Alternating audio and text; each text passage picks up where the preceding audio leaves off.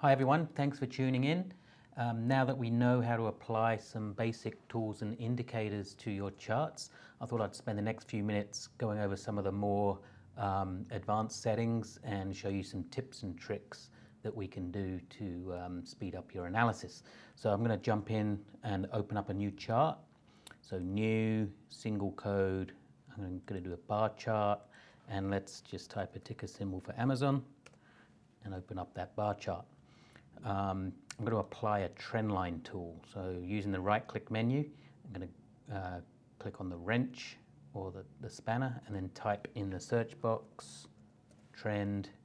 And you'll notice that there's also a little code or 2 or 3 digits or letters after the tool. So trend line is TL. So as you learn more about the tools, you can just type that code into the search box rather than type trend. So next time I'll type TL and trend line will come straight up. So I just applied that trend line there. Now you'll notice that this is what we call a drawing tool or a static tool that we manually position on the chart. When the tool is activated, you will see there's 2 little circles at the end. So all of these types of tools will have these handles, or what we call control points. And that's how you can tell that the tool is the active element on the screen.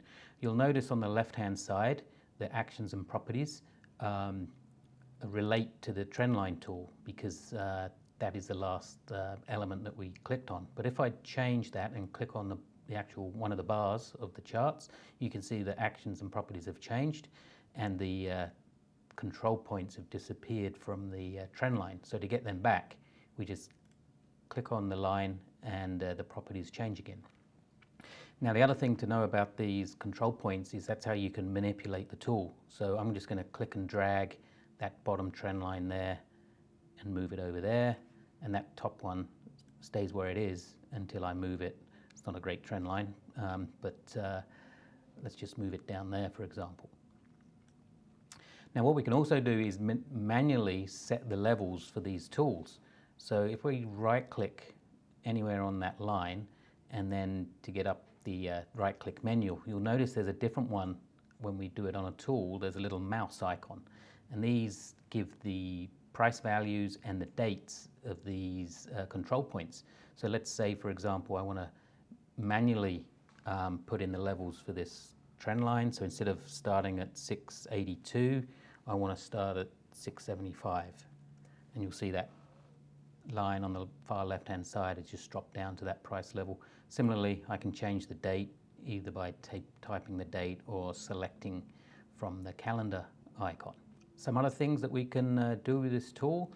So remember, we can roll away that actions and properties panel on the left hand side with that icon at the top left of the actions bar, because everything we can do with the right click menu. So I'm going to right click again on that trend line and go to that running man, which is the actions, and this gives us some other options that we can do, such as copy tool. So if I select that and then click anywhere on the chart, that's going to, depending on where I click, that's going to put an exact copy of that line on the chart. Now if I change any of those properties, so again I'm going to right click on the line, go to the pencil.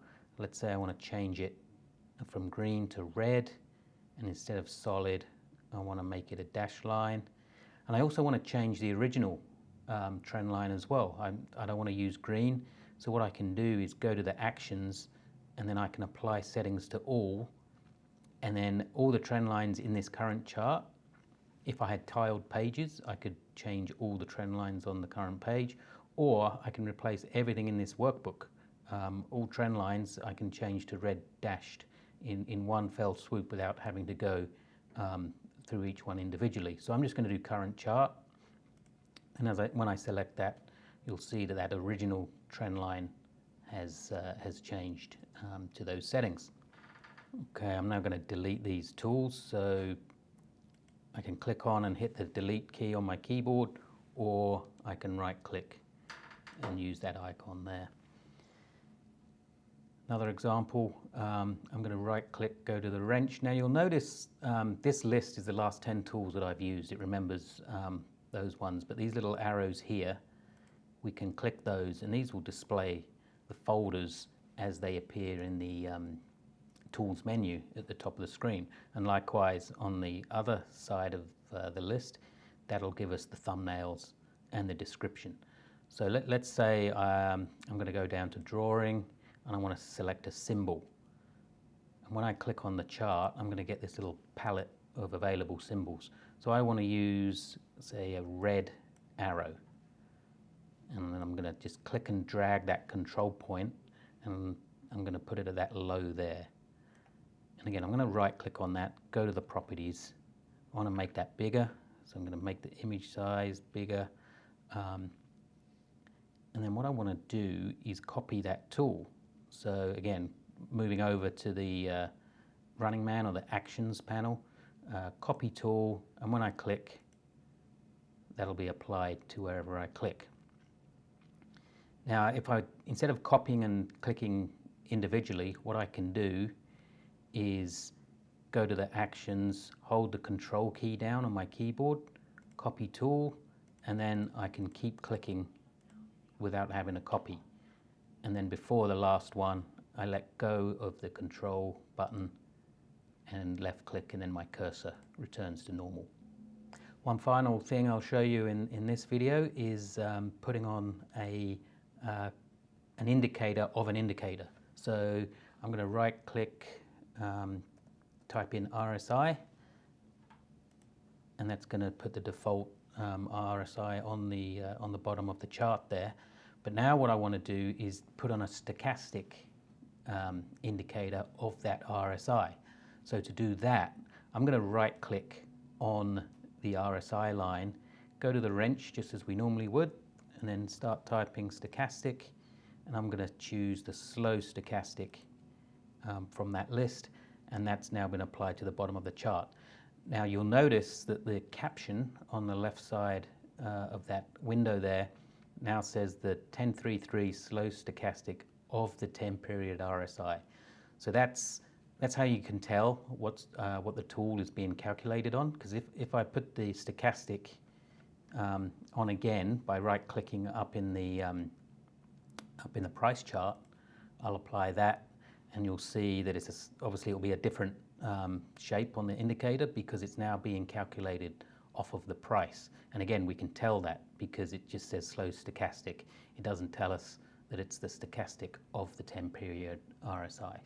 And one other thing that you should be aware of, that we can now resize those panels at the bottom of the chart. So that there's a grey line separating all three. So what we can do is just click and drag. So when our cursor turns into a little double-headed arrow, we can just drag that down. And as we zoom in and out and change the history, obviously everything moves in unison. Hope that's been useful. As always, any questions, please let us know. Thanks very much.